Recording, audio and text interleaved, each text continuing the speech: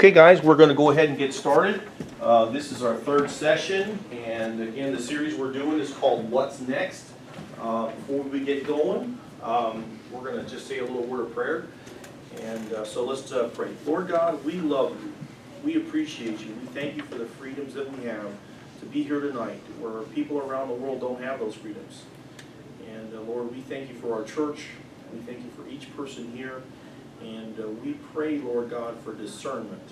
And we also pray, Lord God, that you will open up your word to us, because we see things in your word that are happening. And we know that you want us to stand up and lift up our heads, because we believe that your return is right around the corner. And it's in your name we pray. Amen. Okay, so if you guys noticed, I did feel sorry for you last week. You noticed that the first page of your notes is actually maps. Remember when I do that beautiful, amazing map? I mean, I know a lot of people took pictures of it because they thought to themselves, that is a thing of beauty, and you just wanted to share that with people. So that's not very much the case. It was very difficult for people to tell what I was even drawing. So what I did is I went ahead and put a couple maps. So let's talk about the maps first, because when we talk about Ezekiel 38 and 39, I actually drew, because it came out a little fuzzy, so I, of course, drew a little bigger dot here where Israel is, and these are the players where they're coming from. And what you'll see here in Ezekiel 38 and 39 when you look at this map is that primarily all the countries that are attacking Israel in Ezekiel 38 and 39 are quite peripheral. They're not next door neighbors. So the question is, why aren't they? Why are they going through these people groups and these nations to attack Israel? Wouldn't those nations, protest this? Okay, why aren't they there? Especially if this is something that's going to happen in modern times, why aren't they involved in it? Because there's lots of people groups, and certainly nobody hates Israel more than the people groups that are literally right around them. So here this is a description of a peripheral war, and so we have to ask ourselves, why are there some people groups that are curiously missing? Because we would think that there might be a few people that would join in that. The other thing we talked about was a place called Tarshish.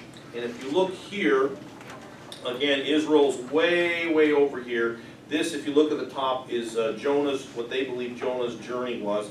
And of course, he went to the end of the Mediterranean here. And of course, this is the Rock of Gibraltar right here, this little corner, where these two little parts come together. And outside of that is considered to be the only canons for Tarshish. So they know the rest of this was all pretty well known world. And so Tarshish, they believe, was in southern Spain. And of course, we talked about some theories about how because it was a place that tin was mined, that really was relocated to probably more Britain. And so that tin seemed to dry up, and that seemed to be more known. The tin probably came from Britain. But we also talked about how Tarshish had peacocks and apes. So that means when they went out of the Rock of Gibraltar, head out into the Atlantic, where do you think they had to have gone to get those? They went south, didn't they? Okay, so that means they went down to Africa. We also shared with you, and now we are going to go back to Tarshish, and you're going to see why after we go through this whole study, it might end up right back to Tarshish and why this is so important. So just throwing a few details out here now, because frankly, this is some stuff that occurred to me after going into other people's studies and really getting some new ideas about Tarshish and how that might change a lot of people's perspectives. So as you know, there are actually inscriptions in America way before Columbus ever landed here that were actually in Jewish writing of the merchants of Tarshish. So they had to have not only gone to Africa, they actually made it all the way over here. And so it's pretty astonishing. So if they made it to America, it wouldn't be too hard to make it up here. So Tarshish, we're starting to get a bigger picture about what Tarshish could have been. But of course they were merchants, so merchants go wherever things can be bought or sold that other people want. So they literally, in a lot of ways, not only did they transport people like they did Jonah, but they were like a local Walmart. If you wanted something that you couldn't get here locally, the only place to get it was down at the port from the merchants of Tarshish. And that's where we found out a lot of things in the Bible where Solomon got a lot of the things that he used to construct the temple, okay? He actually got them from the merchants of Tarshish. And so those are some other descriptions about who and where and what this really was. This is interesting because, again, the protesters to the Gog-Magog war, there's only 3 of them. Okay, Dedan and Sheba, which we talked about a little bit before. We'll go through this, you'll see they come back up.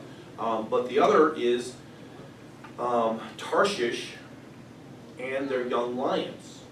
So to me, if you look at the idea of birthing young lions, that means you are probably what?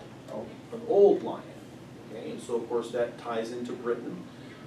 Certainly Spain, not thought of as a lion, but they definitely birthed a lot of countries, but that is more South America. So if we looked into the world today, who would protest going into what? Jerusalem by Russia and these United Arab world? It would clearly be the United States, right, which would be one of the young lions if Tarshish was Britain. Obviously Britain, okay? And of course, Dedan and Sheba is the Arabian Peninsula, so that is primarily another part of our allies. And again, they were one of the ones that actually did protest when they went into, not so much Iraq, what was the other one before that? That little country? Kuwait. Okay, so those were the same protesters when other people, so in the world today, those allies would protest this, and this is another key that this may be who we're talking about. So now we get to leave all that information, but let's do the review now that you saw these wonderful maps that you can actually tell what they might be talking about. Okay, so the first week we covered Bible history, and what we discovered is that the entire world is being held hostage by Bible history. There is no peace in the world. You cannot understand the Bible, the world today, if you don't understand your Bible. Okay, everybody who knows what's happening in the world knows that the Middle East is a puzzle that cannot be solved because they don't understand that this is a 4,000-year-old family feud. This all goes back to a guy by the name of Abraham, and that God made a covenant with him. And that covenant was also not just for him, but it was for the Messiah who would eventually come. That there would be a chosen people, that God would actually use these people to save the world. And that ultimately means that they would have the Messiah who was birthed to them. Does that make sense to everybody? So what we saw here is that Abraham was given a promise. The problem is that his wife Sarah was so old that he gave up on that promise. Okay? So here we have Abraham, the father of the faithful. Well, that's what he became. How do we know that? Well, because later on, he actually was willing to sacrifice Isaac. So after all of his horrible mistakes, he was able to consider doing that. And that's why we call him the father of the faithful. But it took a long time for him to get there, because he made lots of mistakes. And Hagar and Keturah are 2 of his wives, that he had multiple children.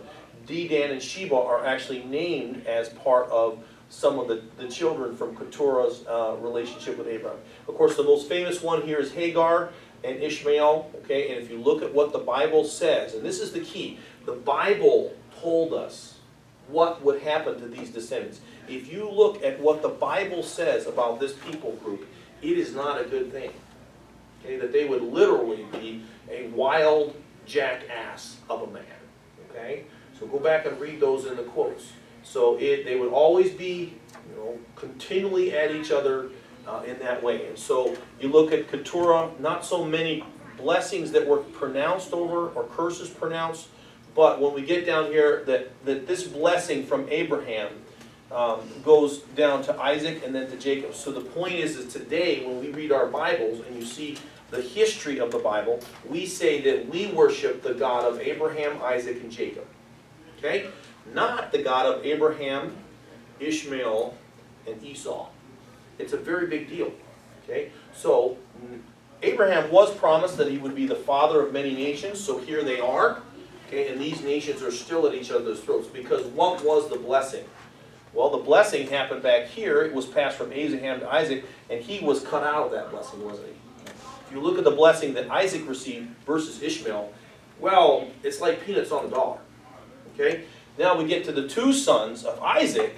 Okay, and again, God gave a message to Rebekah, Isaac's wife, that the younger, okay, would actually be the one who was to take the birthright, that the older one, and remember they were twins, so Esau was like a minute at the most. In fact, Jacob means heel holder, so he literally was holding his heel, if you will.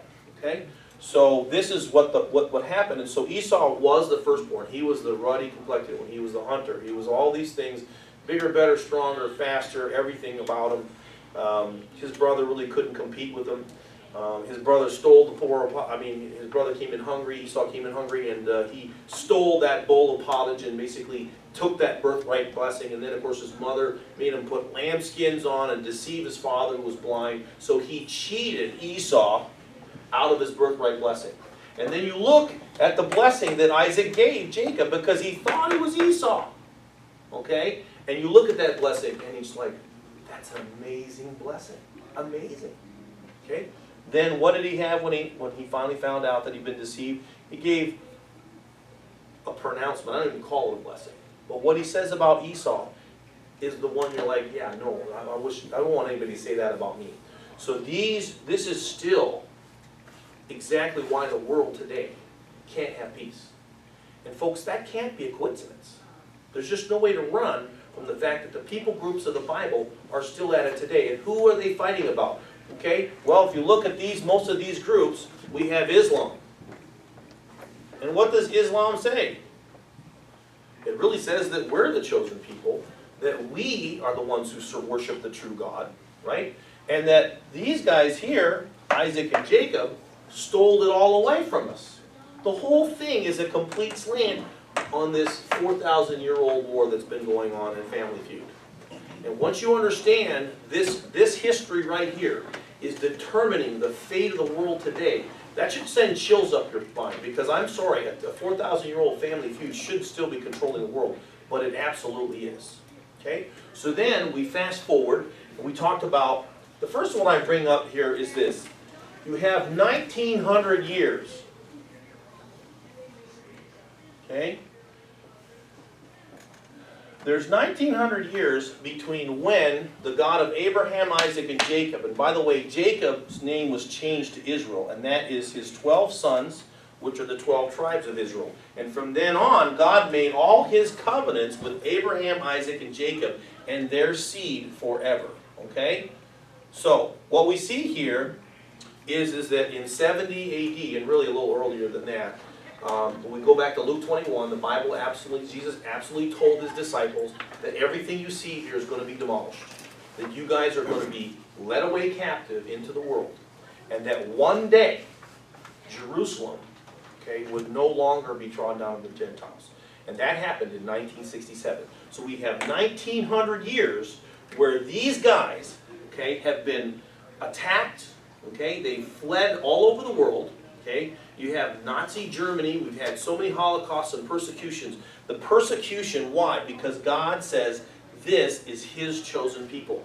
This is his chosen bloodline to carry what? The Messiah to the world. The hope of the world. Okay? And what did that create? Jealousy of untold proportions. Okay? Now we have 1,900 years past because this was really all destroyed in 70 AD. Okay? And we come back in and we find out right here in Ezekiel 36 and 37 that this talks about how can a country be born again? How can dead men's bones come back to life? We have Netanyahu telling the world in a ceremony there at the Masada, okay, which is where the 70 AD happened. They were all destroyed at that point, saying that this verse has been fulfilled. Israel has become a nation. They found the very verses, Ezekiel 36 and 37, at Masada. Okay? So, that's why he said it. He was, how would the people, think about all these people that died here, wiped out completely. And what did they leave behind? A verse saying that one day, these bones, okay, are going to come back to life. So, what comes after 36 and 37? Ezekiel 38, 39. Okay, and this is a huge war. Okay, so you could call it the Gog and Magog war. Okay, now we went through that, and obviously, everybody. I'm going to tell you this, and we're going to wade a little deeper in this class than what you're going to get.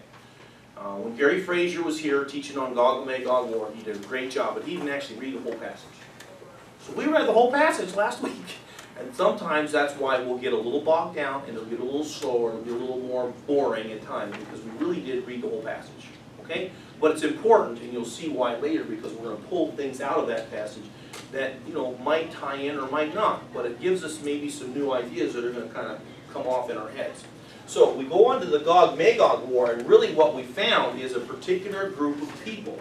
Now we talked about Russia. Yeah, maybe they're there, maybe they're not. Okay, because the issue was this. Ezekiel was literally dictating from God when he took this passage. And that means that when he says a word, it could be a word that he doesn't even know, and he puts it down there. Because 2,000 years ago, 2,000 years later, people will know what this word means. God is that powerful. But the other argument is, when he uses this word, he must have used a word that he knew. Okay? And so this is why a lot of people in prophecy circles really believe that when we use the word Rosh, okay, even though in the Bible it seems to mostly be an adjective, okay, it's always translated, and not a noun, a lot of adjectives can also be nouns. If you say that I'm a Judas, Judas is clearly what? A noun. But if I say I'm a Judas, right, what does that mean? I'm a betrayer. And a betraying is an adjective. So sometimes when we look at these things, we have to be careful and not box things in. God can do whatever he wants. Remember, the purpose of prophecy is not to predict the future. The purpose of prophecy is so that when it's close, or it's already happened, God is showing you that he knew it was going to happen, and he is proving to you that he knows the future. And if you know that God knows the future, then you will know that he knows your future. Okay? So, what we see here is, if you go back to this map, the Magog War, you are seeing Turkey, okay, you're seeing some of Western Europe, Eastern Europe, and you're definitely seeing some of the, some of the northern parts of Africa. But the key here, if we look at these people groups, and Dedan and Sheba was listed in 38 and 39 as protesters. But the main thing you're going to get out of this 38 and 39 is that Russia, along with Iran, and if you look at all the descriptions of the names, Persia is the only one of those names that's actually a geographical location. Okay? And so remember, when we think about things today, we say, I'm an American because I live in America. I identify myself as the place where I live, right? Back in those days, the place was identified based on who lived there. So we have to be careful sometimes that we can't flip the semantics here. And that's why you'll see that all the people groups that are listed there all go back to actually bloodlines, from Noah's sons, Shem, Ham, and Japheth. Okay? So remember, it's a little hard to lock that down. Now I'm going to make a point about that as we get to the end. Okay? So as we get into the Gog-Magog war, what you're going to realize is that this is something that absolutely could happen any day. I was told my whole life that one day Russia would form an alliance with Iran. And it happened. It's been about 7 years that they announced a NATO-like pact. The same way we have a NATO-like pact with who? Britain. Okay, which also matches the young lion of Tarshish with the old lion. Okay, so go to page, this is page 21. We actually covered the first part of this passage. Okay, we talked about the convergence of modern day events. Again, we talked about how a lot of people thought this Ezekiel 38-39 war was actually also Armageddon. Now, we'll give you a great article that kind of shows you why it just about can't be.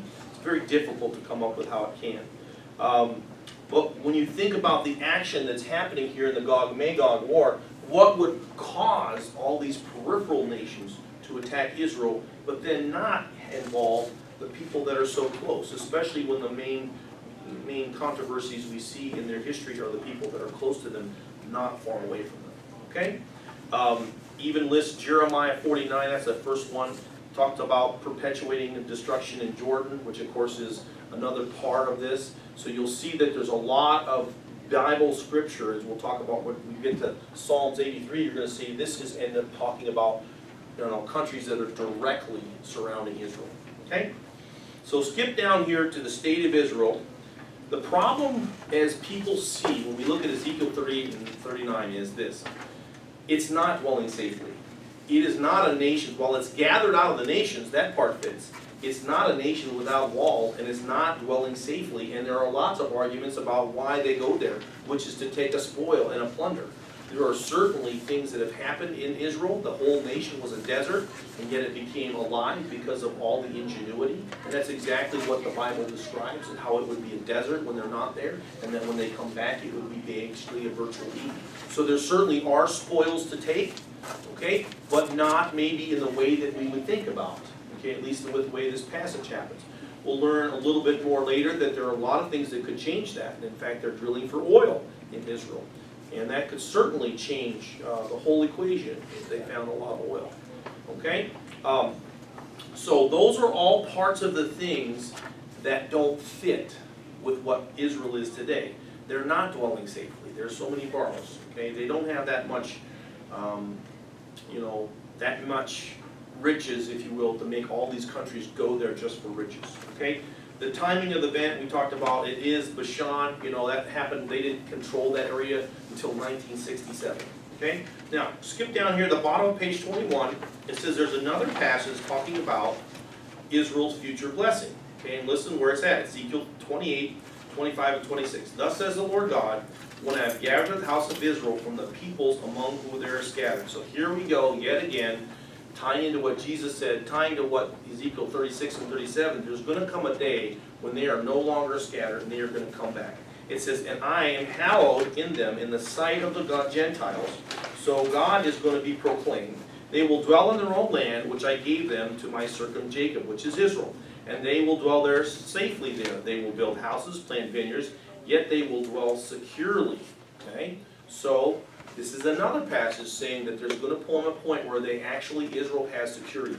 It's almost impossible to make a case that they've had that since 1967. They just haven't dwelt securely. Okay? And this is what it says.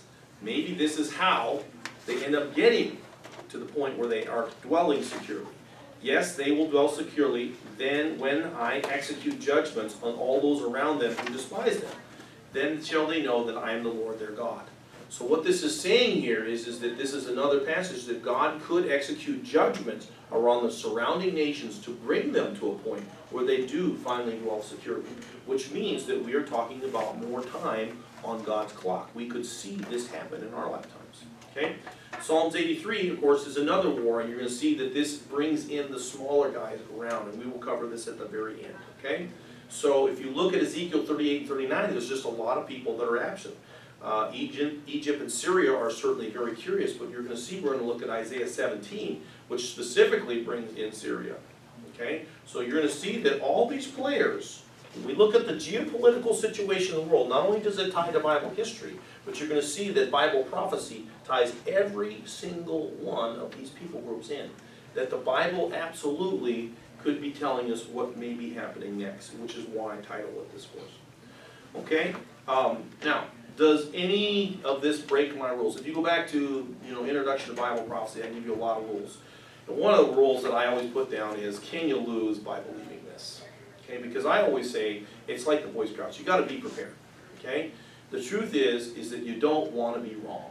Okay? So remember, this is speculative. God purposely veiled this stuff. Okay? We are not supposed to be able to predict exactly what's going to happen. We can't predict exactly who's going to be involved, right? But when we see it happening, and you know some basic scenarios, you're going to go, oh my goodness, God predicted this literally 3,000 years ago.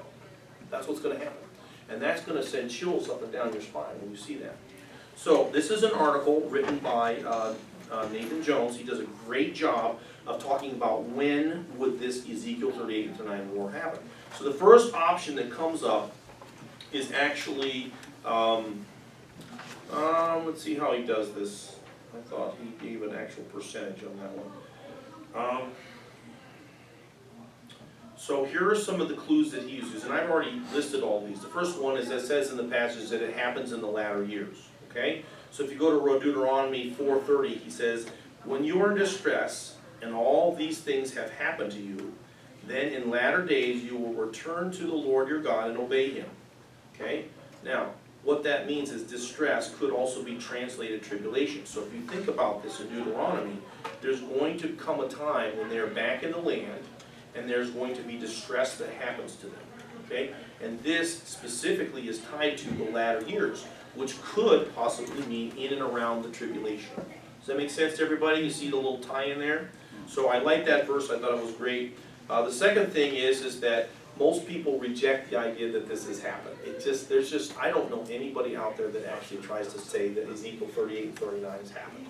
And let me tell you, the preterists are alive and well. They absolutely will do anything they can to show you that it's already happened.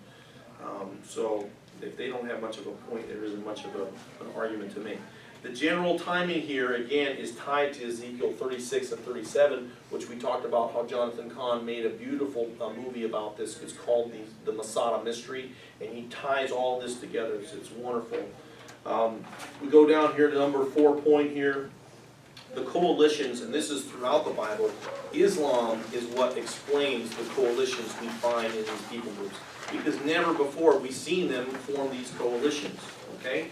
Now, again, brings up again the land of unwalled villages and how they dwell safely. There's no bars and there's no gates.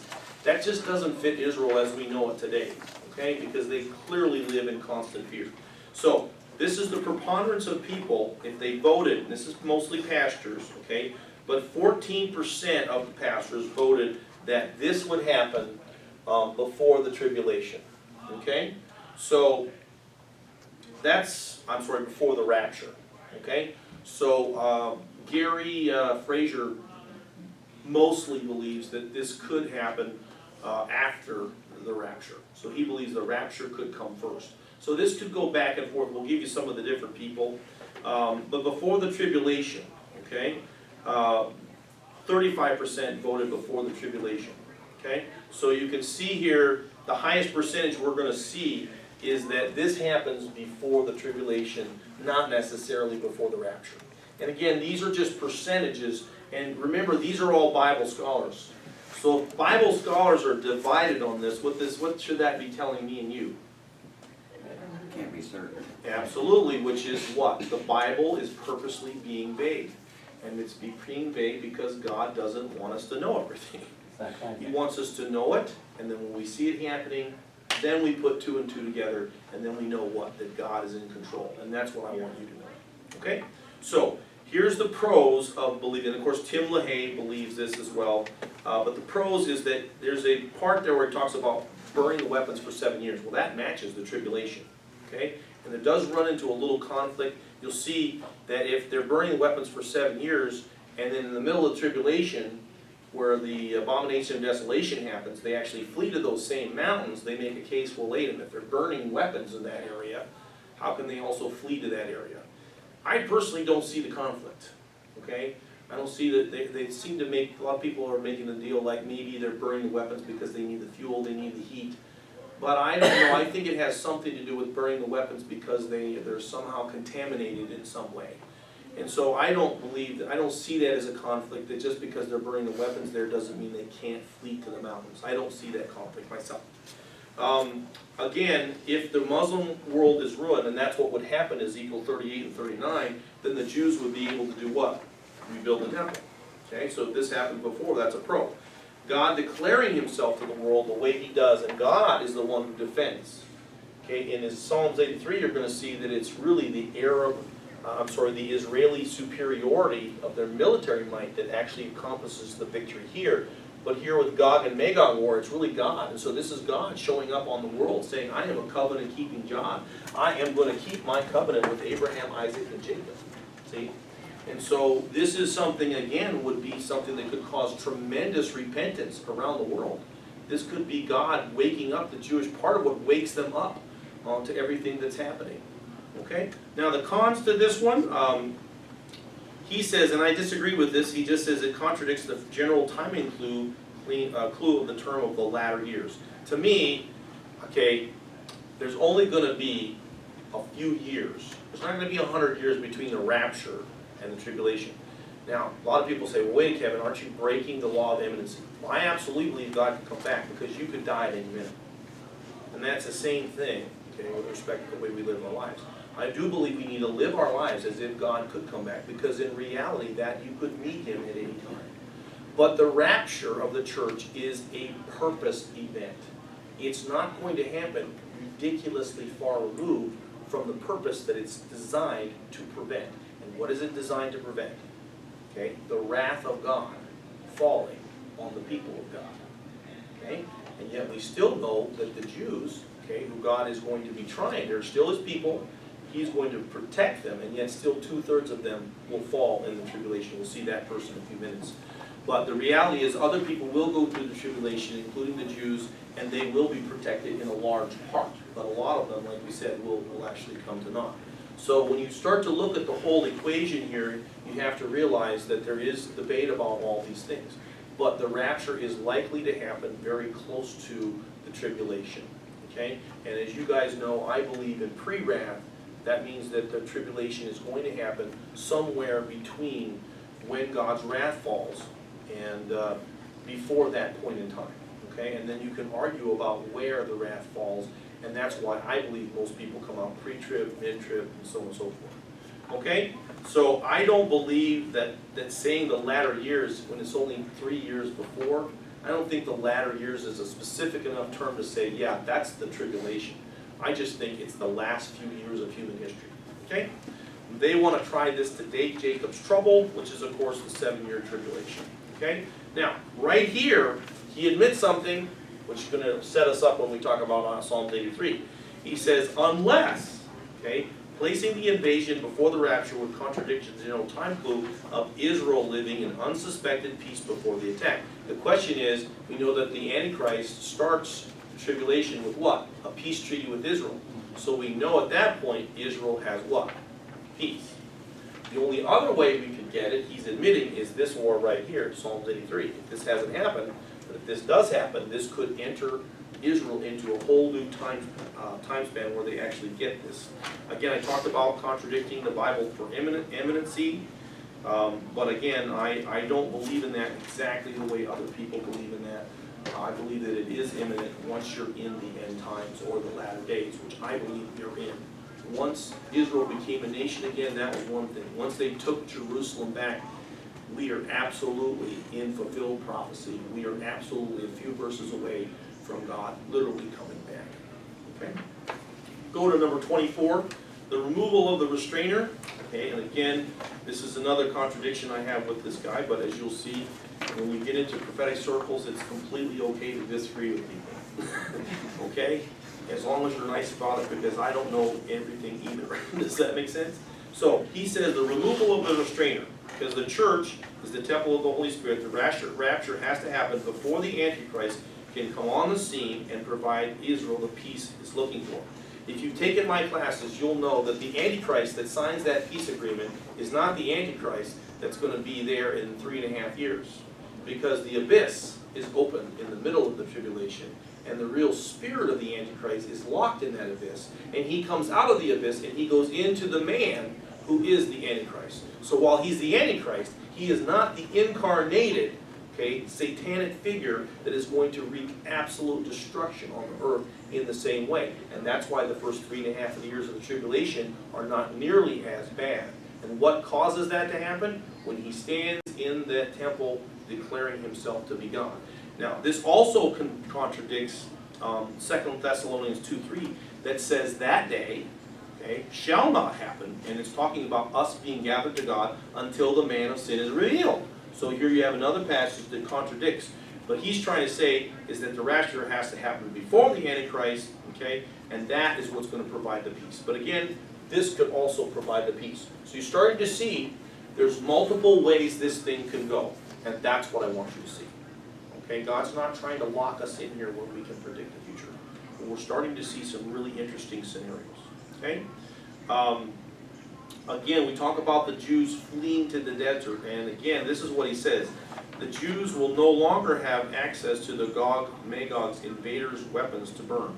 I don't really know what that means. Why do they need them to burn? I don't think they're burning them because they need them. I can't figure out any reason why any country would need to burn weapons unless they need to destroy them, and they're so difficult to destroy they have to burn them out so that they don't contaminate things. I don't think they're burning them for heat or fuel or anything else. I think that that's what it is, and that's not something that would cause a conflict if they need to flee to those mountains in the middle of the tribulation. Okay? So after the rapture, but before the tribulation. Okay? Again, Gary Fraser does also say this is a popular, possibility. But here's the pros. With the world in chaos from a pre-trib rapture, okay, that's what a lot of people, the rapturists, really believe this is what causes a lot of the turmoil that is needed in the end times to create the one world government. But in the absence of that, you could certainly see the chaos that all these people disappearing could really create.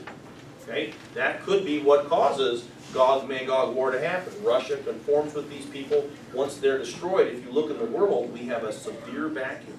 The only thing left, and this is very curious to me as why they get here, to get down here, he says the Muslims, Gog-Magog out of the picture, the tribulation, the Antichrist, they have an easier way to come back and make this picture. They basically make the argument that the only world powers after the rapture, okay, are basically a Europe, okay, which would be a revived Roman Empire, and the far Middle East, so the far East Asian, which is what another part of the Bible talks about. But I'm like, what about America? You mean the rapture is going to so only devastate America? Why is America, the rapture, going to devastate? Well, there's no doubt that we do have more Christians here than probably anywhere else. But exactly why are we going to suddenly not have enough buttons to push? Why are we suddenly not going to be a player in this whole thing? So this is a faulty reasoning to me, that somehow because the rapture happens and there's more Christians here, suddenly America is no longer on the playing field somewhere, and we're not involved in human history. And this is, again, what you're going to see the last part of this class. I'm going to really take this issue on to where is America in prophecy, okay? But remember, in the general prophetic circles, they just don't see us there, okay? The rapture does not start the tribulation, but rather the sign of the peace covenant. So we don't know when the rapture happens. We don't have an exact timeline of events.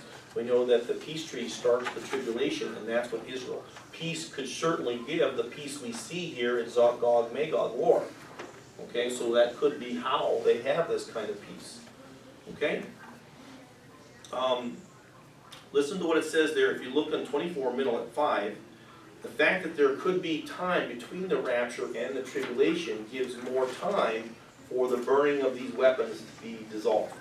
If they only had 3.5 years prior, that would be enough time that all the weapons burning would be gone, and therefore they'd still be able to flee to those mountains later in the middle of the tribulation. Okay? Again, I don't believe in the latter years is a big issue. Peaceful precondition, again, could be obtained through Psalms 83. So this is another one. This is the most popular view. 36% of the guys basically believe it's going to happen during the tribulation. That's John Walford, Dwight Pentecost, really amazing guy. A whole bunch of guys, Mark Hitchcock. It gives this peace covenant is available during this time. Again, if you look at the ruins from all this other stuff that's happened, all these other wars have happened, you could certainly see that maybe in that previous, there has to be a war. If the peace agreement is what causes the tribulation to start, why do you need a peace agreement? Because you've just had a war. So we know there is a war to get the peace. Does that make sense? So to me, I call that World War III. Okay? And so Gog-Magog war, and especially who we think the protesters are, really are there, then we have to ask ourselves what really happened there. See, but God's going to destroy them here. This is going to be a supernatural event. Okay? Again, we talked about the ruins of the Islamic world will help to fuel this one world government. Again, the absence of Christianity from the rapture, the absence of Islam is going to produce what? A polytheistic religion that would certainly make the world susceptible to accepting the Antichrist and getting into this whole New Age thing that we believe is going to happen. Again, the cons are they still talk about the burning of the weapons. I don't see that as a big conflict. The persecution of the Jews is really worse in the second half than the first, because remember they did just get a peace agreement. But all the bodies that they have to bury, how could they do that in the last part of the tribulation if they're being so persecuted? We know the last part they literally lose up to 2/3. Here's the other question. Why, if this is a miraculous rescue here at the Gog-Magog war, why would then God, give them such a strong victory here and then turn around and allow them to be persecuted by the Antichrist so quickly? So if this happened, let's say in the middle of the tribulation, you could be talking about weeks where they get this miraculous war, and then somehow are now being persecuted so severely by the Antichrist in the last 300 years. So I think it makes it difficult for me to believe that, this happens very far into the tribulation. Probably more for this effect. Why would God dramatically deliver them and then set them up for this horrible persecution by the Antichrist? And that's a very strong argument in my point. This is another one at the end of the tribulation, and you're going to see, I'm not going to spend a lot of time on the other theories from here on out. I'll tell you exactly why in a few minutes. I have a philosophy when it comes about to the millennium, and I look at that in a very specific way. So this basically means that the burning of the weapons, whatever happens here, it's all about, this would go into the millennium, okay? Now, what happens is, a lot of times when I was younger, I was taught that Armageddon and the Gog and Magog war are the same. So the reason I reprinted this part is he does a great job of showing why that probably isn't true. So the first thing is, they both take place during the latter years, okay? So they have that in common. They're both described where the invaders are being eaten by birds and wild animals, okay? They do both talk about how what happens explains or acknowledges that God is the defender of Israel and that Jesus is the true Messiah. So both of these wars seem to be a way for God to wake up and revive this remnant of Israel, okay, and that we found over here. The cons are here, the problem, the players in the two battles don't match, okay, and you can look at the references on that, we have them there. The locations described for the battle, they don't match. The peaceful precondition doesn't match at the end of the tribulation, because at this point there's no peace. And again, it doesn't fit this war to give it that peace either, because you're talking about the end of the tribulation, where really the Antichrist is in control of the world. So it's very difficult to come up with a peace that they need there. There's nobody protesting, whereas in Ezekiel 38 and 39 there is. That would take the burning of the weapons into the millennium, but I don't think that's a big problem. The leaders of the invasion are not the same. Gog is the prince of the ruler of Rosh, Meshech, and Tubal.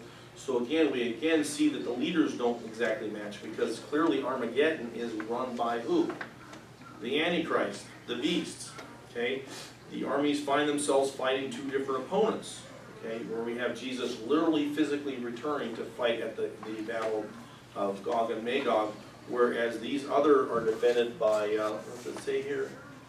I believe it's fire and something else. I can't remember exactly what means that God delivers them here. Does anybody remember real quick how he delivers them exactly in 38 and 39? But it's a miraculous delivery.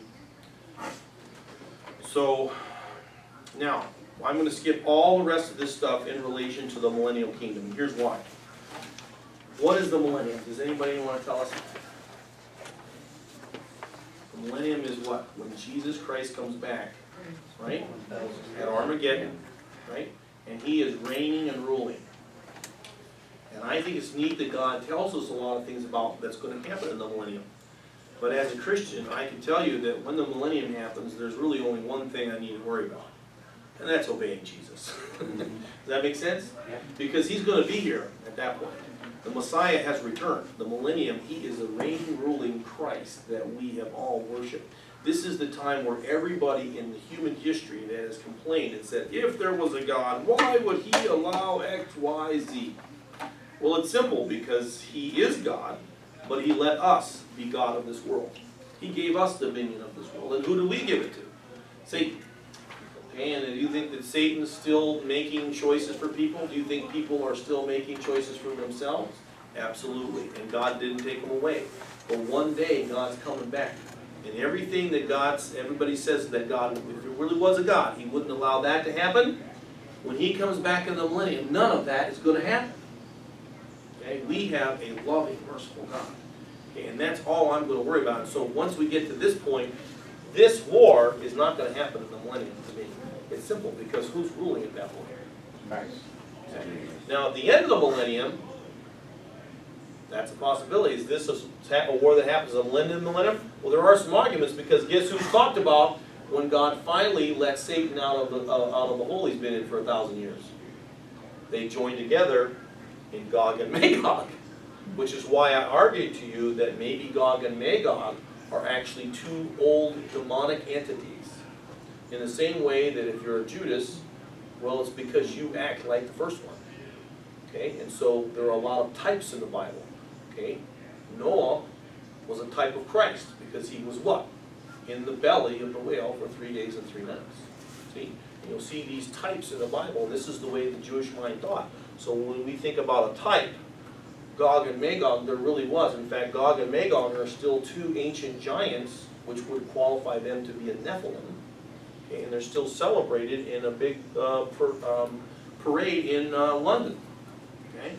And they are the two ancient giants. And by the way, if you look at if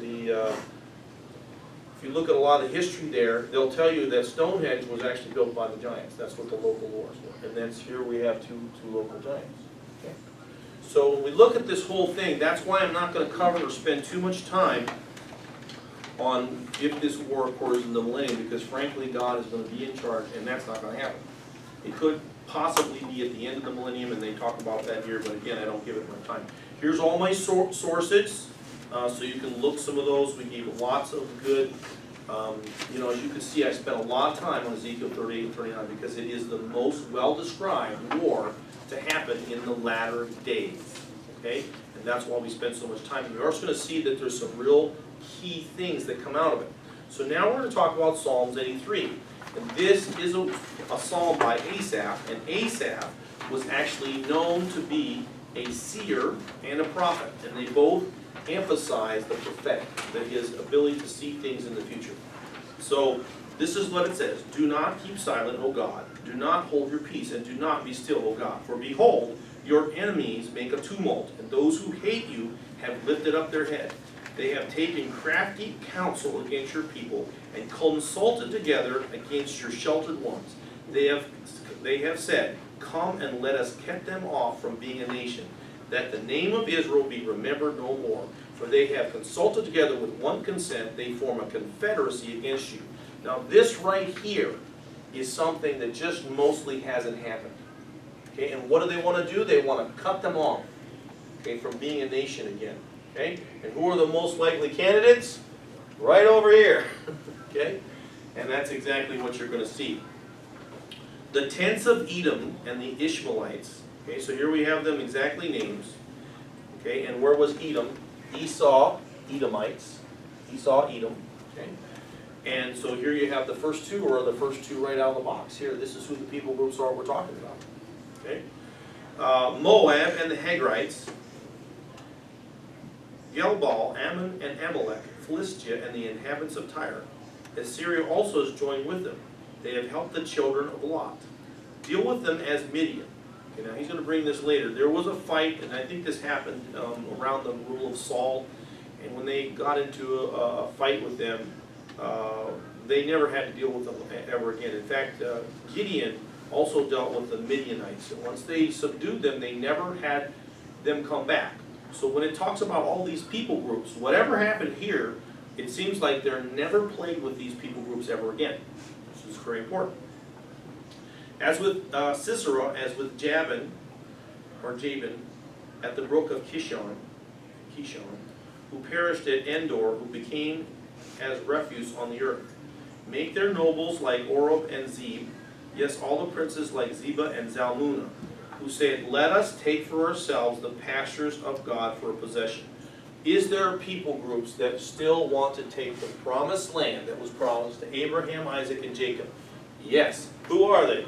Exactly the people groups that are named in this passage. Okay?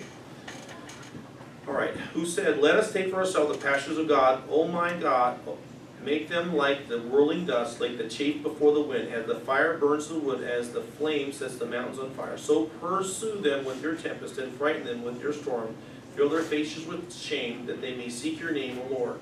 Now remember, if you read a lot of prophecy, even though we talk bad about some of these people groups, the reality is the Bible at many different times will talk about a remnant that God has in every one of these countries. If you know, when I taught on Islam, I spent a lot of time talking about how it's amazing how many people in Iran are coming to know Jesus. Okay, where people are being persecuted in ISIS, it's the same thing happening. I mean, people are having dreams, they are having visions. Okay, one guy literally had somebody show up every night and he wrote the entire book of John. Okay, I gave you testimony about that from one of the evangelists there that works with the people there in Iran. So God has remnants in these people groups, and that some of them, but the point here is the blessing passed primarily through these people groups. Okay? Alright, let's keep going. That they may seek your name, O Lord, let them be confounded and dismayed for how long? Forever. That ties into the idea of what happened to Midian. Okay? Yes, let them put to shame and perish, that they may know you, whose name alone is the Lord, are the most high over all the earth. So the point here is that why is God's name, okay, the only name? Why is he the most high? Because he is the God. He's the one and only true God. And whose God is he? He's the God of Abraham, Isaac, and Jacob. And that means that he has to be a covenant-keeping God, which means this is why he defends his people. And defending his people does what to him? It lifts and magnifies him. Does everybody see the attachment of God's covenants that he has made with Abraham, Isaac, and Jacob, and how we have these passages that are continuing to pull this out? Okay, so here's a little background. Psalm 83 is about 3,000 years old. It's primarily between the Arab-Israeli world. Again, it was written by Asaph. Okay, it directly talks about most of the people that are surrounding. So these are more directly in a circumferential way. If they don't have exact borders, they're very close to Israel. Okay. Again, we have seen the surrounding countries continually try to cut off Israel. Okay? So this is a geopolitical situation that is absolutely described in the world as we know it today. And they have absolutely called for their collective elimination. This is one thing that they all have in common. Okay? Interesting note, when they found the Irish Dead Sea Scrolls, wait a minute, why were they in Ireland? The only intact scroll was Psalms 83. So, it's interesting. So now, when Salas brings up his list, and here we have the list, the Edom, Ishmaelites, Moab, Hagarenes, and so on and so forth, he gives his list of who this probably is in the world today. So remember, this is the weakest point of this entire study. Whenever we get into exactly who these people groups are, you have to understand this is a weak part of the argument. And we're going to actually give you Rosenberg, who's going to refute some of these things on here.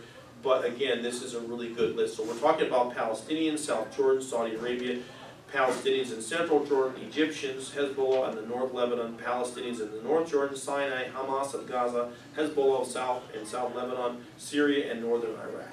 Okay, so these are the people that he believes is involved. Again, Hezbollah is one of their main problems that they really have in there. And of course, that comes from Syria. That's the chemical weapons. That's why Trump just bombed them. Okay, so again, we're talking about, could this happen any day? Absolutely, especially when you look at Isaiah 17. I'm not sure what we're covering next, but that could be one of them, where Damascus is talked about being destroyed. And of course, here we have Syria with all these chemical weapons. It wouldn't take much of an attack. And people go, well, they can't nuke them.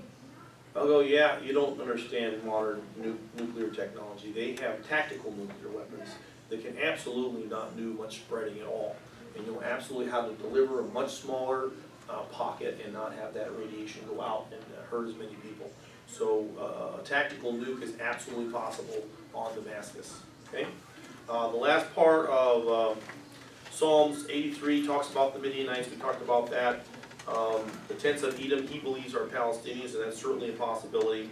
But again, the fact that Israel is in the land is sending a message, okay, to these people groups. And what are they hearing? Abraham, Isaac, and Jacob. Abraham, Isaac, and Jacob. And exactly what does that mean to them? Right?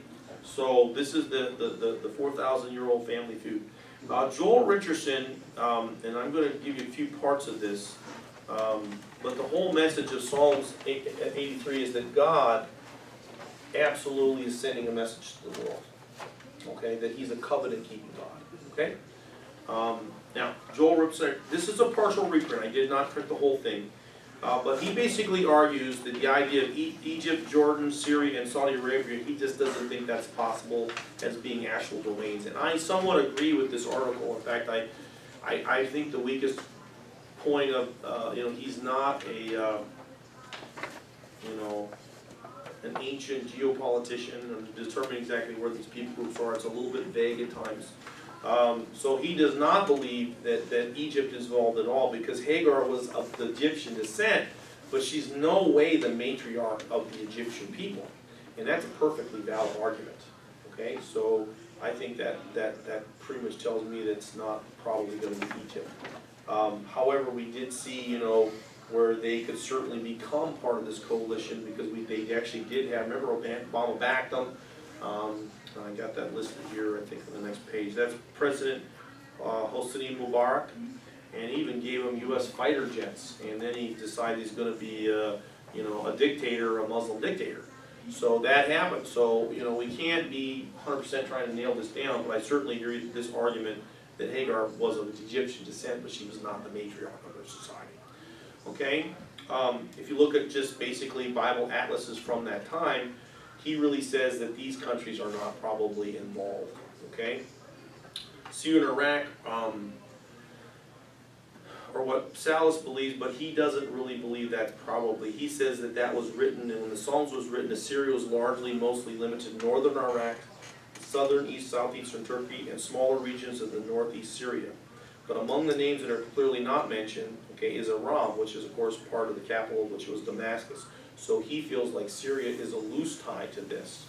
Now, this is where I'm going to stop and address this, and I've said it a few times. And Rosenberg, really has a problem with what he calls, if you get to the bottom here, a problem-fraught method of interpreting is responsible for numerous questionable beliefs.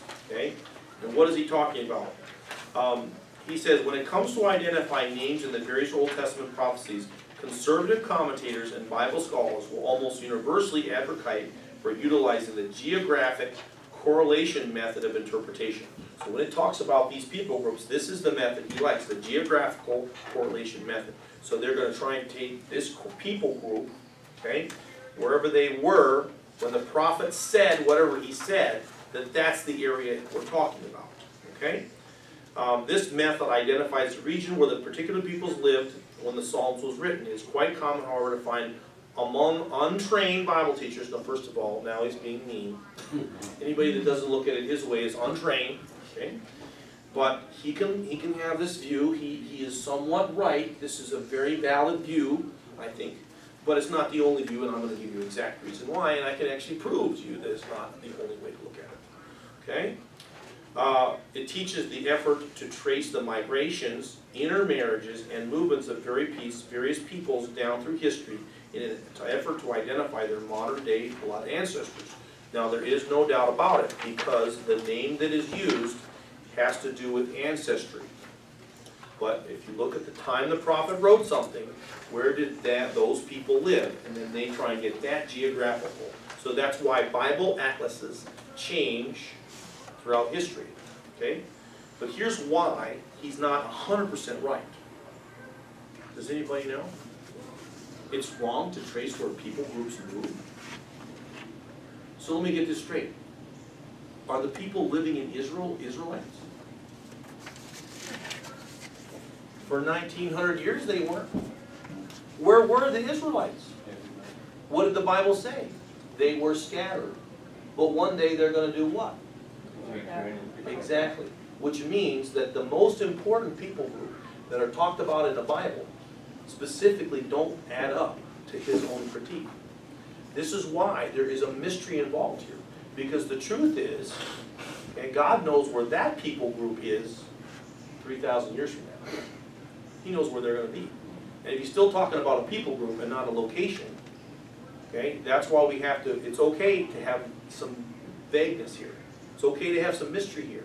Okay, you cannot box this in, and that's why I'm trying to point this out to you today, that I agree with him in general. But here's a perfect case that doesn't fit his description. In fact, it's the most important people group that we could possibly want to know anything about. Israel. That they were scattered, and God absolutely kept track of them Because why? If he didn't, what? Is God's promise to a location? No, it was to who? The children of Abraham, Isaac, and Jacob. Okay, and if that applies, and here's where he is wrong, this is what he says here, it's a problem-fraught method of, listen to the next page, 31. Interpretation is responsible for numerous questionable prophetic beliefs, okay, with Anglo-Israelism being the most widespread and well-known. And we will actually address that at another point. But the reality is that when it comes to Israel, we know they were scattered, and that God knew them and kept their promises. It wasn't about where they lived, it's about whose seed they were.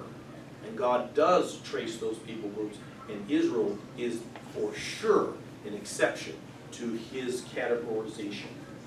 So, when you talk about Israel as a people, and then they're scattered all Yes. over the world, and then you have an Israeli that marries a Russian, or a German, or Frenchman, et cetera, and then their children are 50%, and then they marry somebody else, and their children are 25%. So,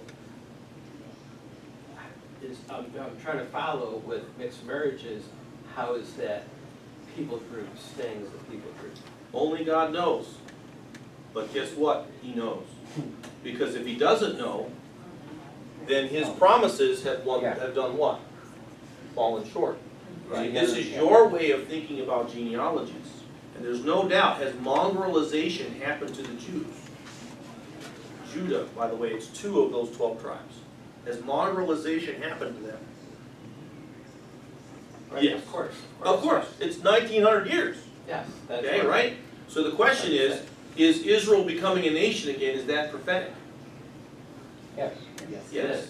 Well, then that means that somehow, some way, okay, those people, not only did they keep their national identity, but they actually went back to their country 1900 years later.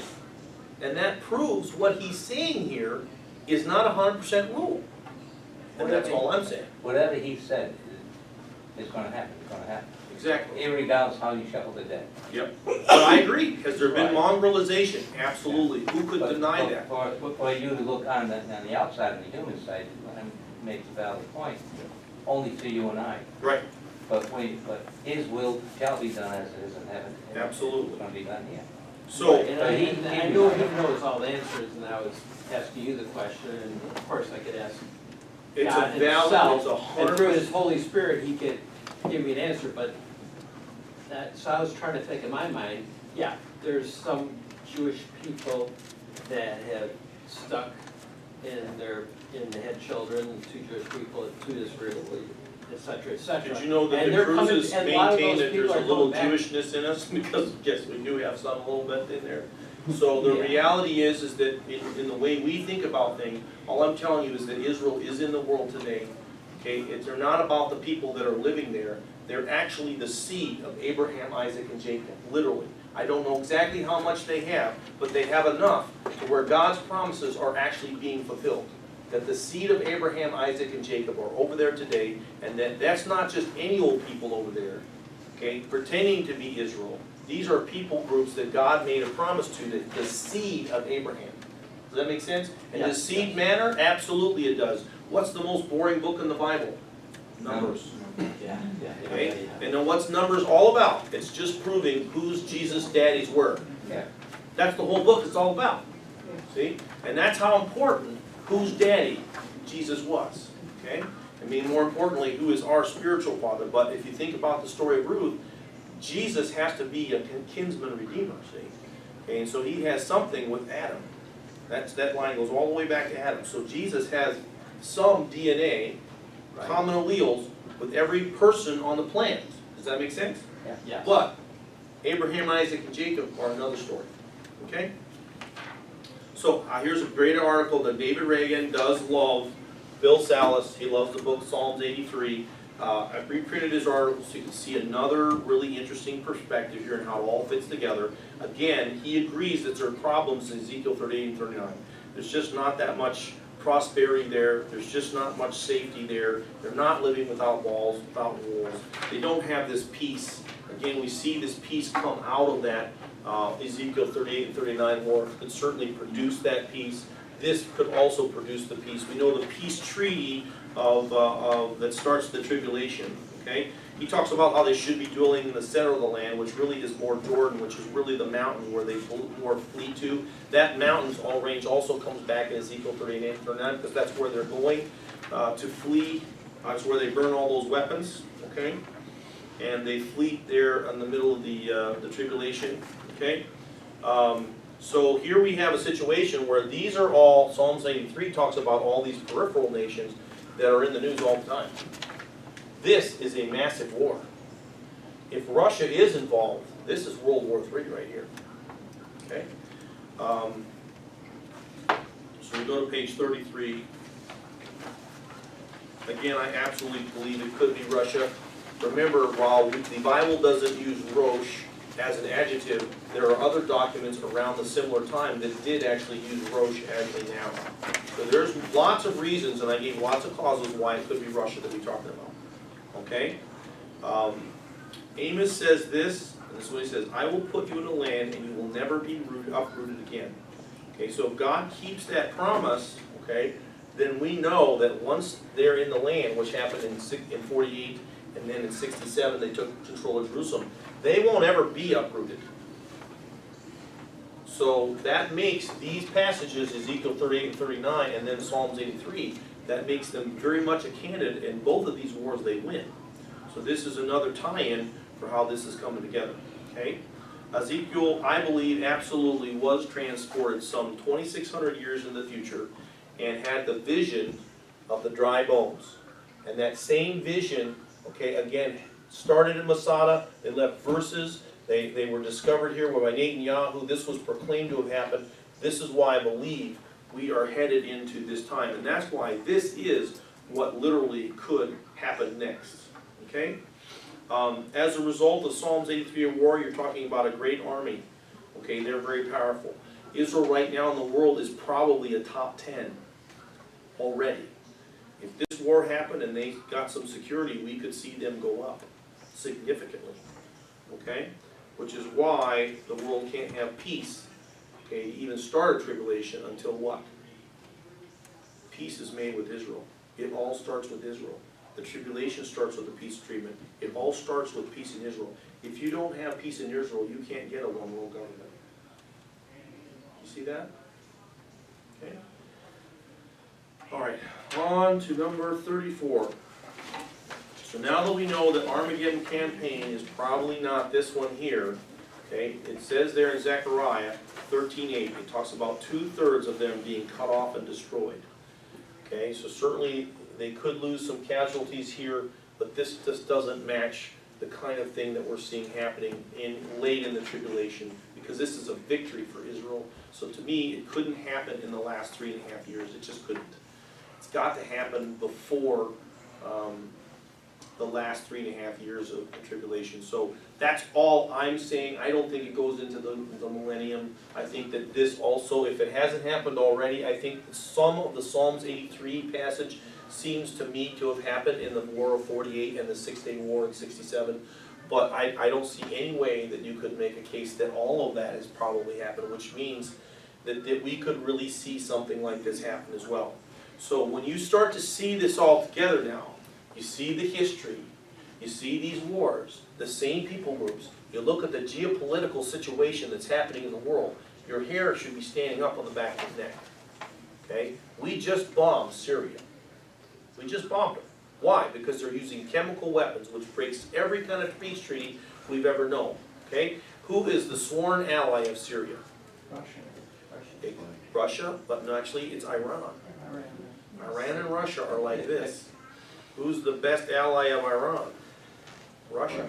We are seeing this, and you're going to see it starts to unfold. But before this could take place, we need to see some peace. We need to see some safety if this is the Israel that we're talking about. Does that make sense? And all of this scenario could build to that point. But more importantly, if this is World War III, you can absolutely see it. Vladimir Putin was on in the last 3 years, 1.5 years, at least 3 different times, saying that we're on the verge of World War III. He has said exactly what our media is doing, and that is controlled. It's controlled, you know.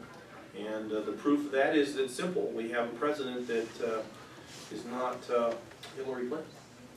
So if they were right, then we wouldn't have a president that we have today. They don't know who America is. They don't know what America wants. They don't know what America believes, right? And so if you look at the people that were polled, you know, they say all these negative reports, but 96% of the people that voted for Trump are happy. So you still only see one thing in the media. It's all controlled, because they're trying to keep you away from what really is happening. What I'm telling you is, your Bible is the best book right now in the world to understand what is the biggest likely threats to the world, period. Okay, and what are likely to happen next. And it's exactly why 35 years ago I had an argument with my dad, and I told him that it was silly, that nobody would ever fight about that little country over there, and that nobody cared. And now I'm teaching prophecy classes today because of that same thing. And I'll tell you what, you'll be teaching your friends and family about this as well, because you'll start to see that your Bible is relevant. And that is what makes what this is, and that's why the Bible is relevant. It's not just relevant because we know and love our Savior. It's not just because He's made a difference in our lives. But the world is fascinated, okay, obsessed with the supernatural. And this is the supernatural part of the Bible that is making manifest in the world today. You explain to me why it all lines up exactly. Okay, let's pray. Lord Jesus, thank you for this day, and thank you for your word that has never been more relevant, that has never been more on target. And Lord Jesus, that when we are in the end times, and I believe that we are, that we need to wake up, that we need to seize the day, that we absolutely need to think about what is going to be important, okay? And that we can talk about these things to the world, Lord, to show people that the Bible is still the way, the Bible is still the truth, and that Jesus is the life, and that Jesus is coming back soon, and that we need to be ready. This is a 1900-year-old fairy tale? No, this is a 1900 years of grace that God has given the Gentiles to have as much mercy, to bring as many people as possible to your throne, Lord Jesus, to your family, that this is the mercy of God that has been poured out on us, that the Bible says there would be scoffers in the last days, but your word is true. Everything that happened in your word is going to happen in reality. And I pray, Lord God, for each person that they would see that, and that they'd be able to preach this with conviction, because we have the proof. The Bible is absolutely true and being proven every day of our lives. It's in your name we pray. Amen.